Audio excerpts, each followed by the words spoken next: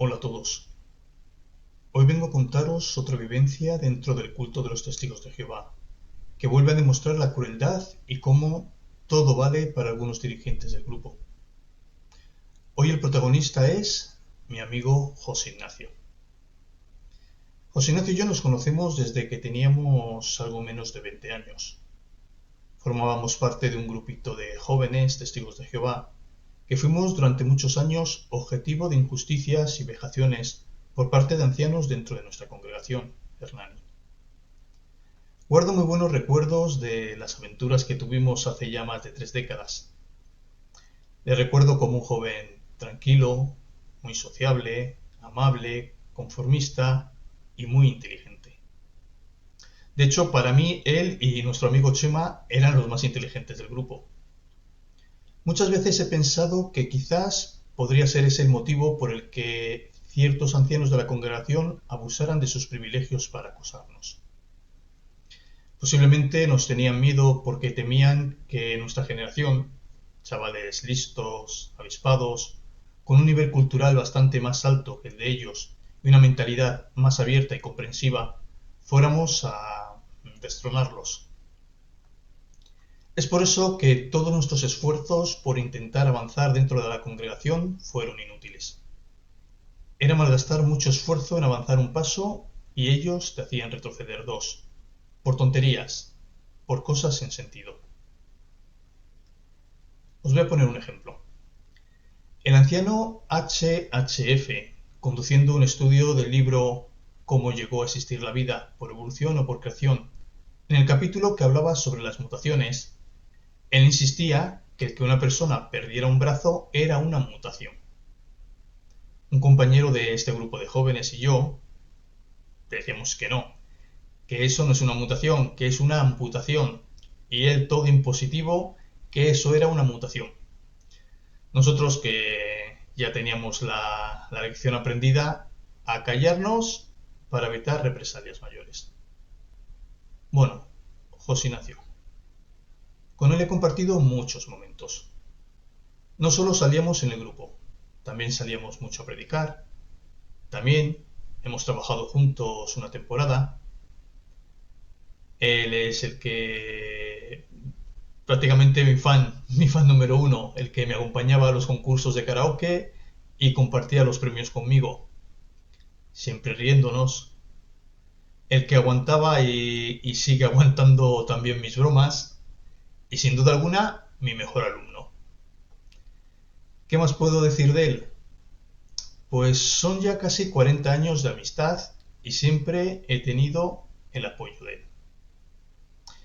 Él me conoce bastante bien, a mí, y conoce también muy bien a todas las personas a las que a veces me refiero, de las que a veces hablo.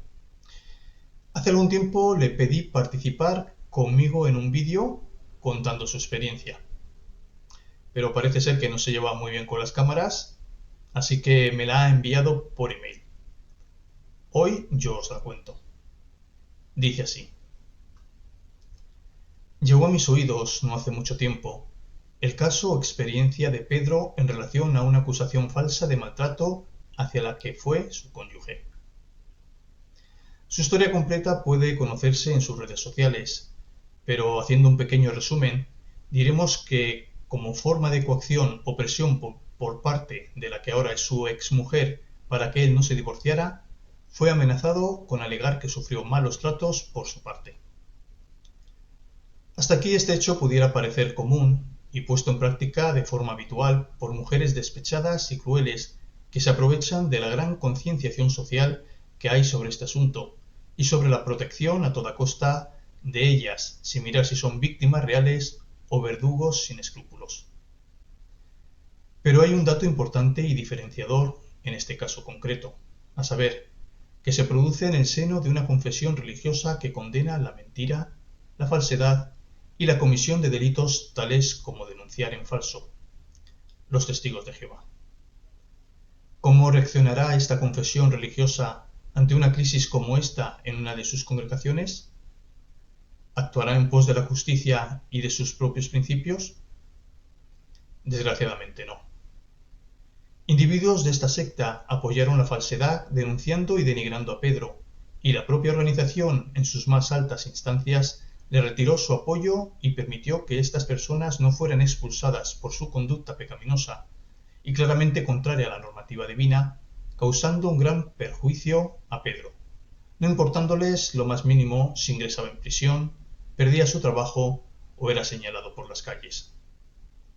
Se podría decir sin temor a equivocación que su prioridad es proteger al miembro perteneciente a la secta, la exmujer de Pedro, por encima de toda ley, sea de procedencia mundana o incluso sea su propia procedencia, el colmo del cinismo y la hipocresía. Pero, ¿es esta actitud moderna o se viene practicando desde tiempos atrás? Valga mi experiencia personal para esclarecerlo. Mi nombre es José Ignacio. Pertenecí también a la confesión Testigos de Jehová hace ya como 3 décadas. Mi unidad familiar se componía de mis padres, 2 hermanos, ambos aquejados por una grave enfermedad, y yo. Empezamos a estudiar la Biblia, mi padre y yo, como consecuencia de ser mi padre contactado en el trabajo por un anciano de la congregación de Hernani, norte de España. En mi familia se producía una situación grave de maltrato físico y psicológico por parte de mi padre hacia mi madre. Por este hecho, mi madre tomó la decisión de divorciarse. El propósito y objetivo principal con el que los testigos de Jehová entraron en nuestras vidas era evitar a toda costa y a cualquier coste que mi madre, que no aceptó enrolarse en la secta y por lo tanto era para ellos por este hecho la parte enemiga, se divorciara de mi padre. Ellos no se pararon a pensar quién era la víctima y quién el verdugo. Ellos ya juzgaron y sentenciaron en base a quién estaba dentro y quién fuera de la secta. Por ello, y aunque mi madre era la que recibía las palizas, se trató de paralizar el divorcio con artimañas que sorprenderían al más plantado de los capos de la mafia. Se trató de ponerme a mí en contra de mi madre y testificar en el juicio, cosa que no llegó a ocurrir. Se animó a mi madre a firmar un folio en blanco para luego ellos rellenarlo y comprometerla a sabe Dios qué cosas, que no llegó a ocurrir. Se aconsejó a mi madre que, para relajarse de las tensiones, se fuera una temporada con mi abuela, con el fin de acusarla de abandono de hogar, pero no llegó a ocurrir. Mi madre finalmente se divorció y se libró del maltrato, al igual que Pedro salió victoriosa. Esto hace pensar que, si Jehová realmente existe, en su divina y suprema sabiduría bien sabe a quién está ayudando, y quiénes son los buenos y quiénes los hipócritas farsantes que priorizan su afán sectario por encima de la justicia y del sufrimiento de los que realmente son las víctimas y afectados por el maltrato. Como habéis escuchado, es una experiencia dura. Sé que habrá muchos testigos que entrarán aquí con esa inhumanidad que les caracteriza a decir que es mentira, que esas cosas, dentro de su paraíso espiritual regido por estos príncipes santos, castos y puros que son los ancianos de las congregaciones, no pasan. Os voy a dar un detalle. José Ignacio, como ya ha mencionado él, dejó de reunirse con los testigos de Jehová hará unos 30 años. Yo jamás le pregunté qué le motivó a salir de allí. Es más, aunque yo conocía parte de su experiencia, llegó a mis oídos que él dejó el culto por algo que le había hecho un anciano, y que esto tenía que ver con algún tema de dinero que ese anciano le engañó. Así que se lo he preguntado la semana pasada, si ese fue el motivo. Y él me ha dicho que no. Dice, el verdadero motivo fue que me terminé agobiando y esto me provocó una depresión, quizás por la propia manipulación mental que existe ahí y que acaba afectando la mente. La rutina, el no poder encauzar la vida como uno quiere, el mal comportamiento de mi padre. Creo que fue un cóctel de circunstancias que me llevó a tocar fondo. Al preguntarle si no le importaba que mencionara su nombre, él me ha dicho, puedes usarlo a tu gusto. He puesto el nombre porque no tengo ningún problema. Incluso si alguien me identifica, me alegraré de que se entere de lo que ocurría en mi casa y de los planes sucios que se tramaban contra una mujer y madre coraje, que bastante tenía con la desgracia de sus hijos y la presencia de un monstruo de marido por parte de supuestos cristianos sin ninguna empatía, compasión ni sentimientos, solo su afán de proselitismo. En fin, otra víctima más de personas que se creen especiales y piensan que Dios se lo acolita todo solo por pertenecer a un grupo que utiliza el nombre Jehová. Ese es el talismán que portan y que imaginan que les protege de sus actos crueles. Lamentablemente, hace apenas unos años murió Miguel, el hermano de José Ignacio. Entonces, en ese momento, pudo ver José Ignacio y su madre el verdadero amor y empatía de sus compañeros testigos de Jehová, cuando en ese momento tan difícil estuvieron a su lado ningún testigo de Jehová. Solo nos acercamos a mostrarle nuestras condolencias, mi esposa y yo.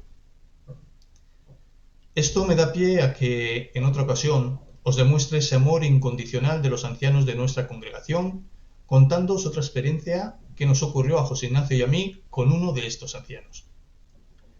Así que os envío un saludo a todos y a todas. Y, José Ignacio, para ti un fuerte abrazo.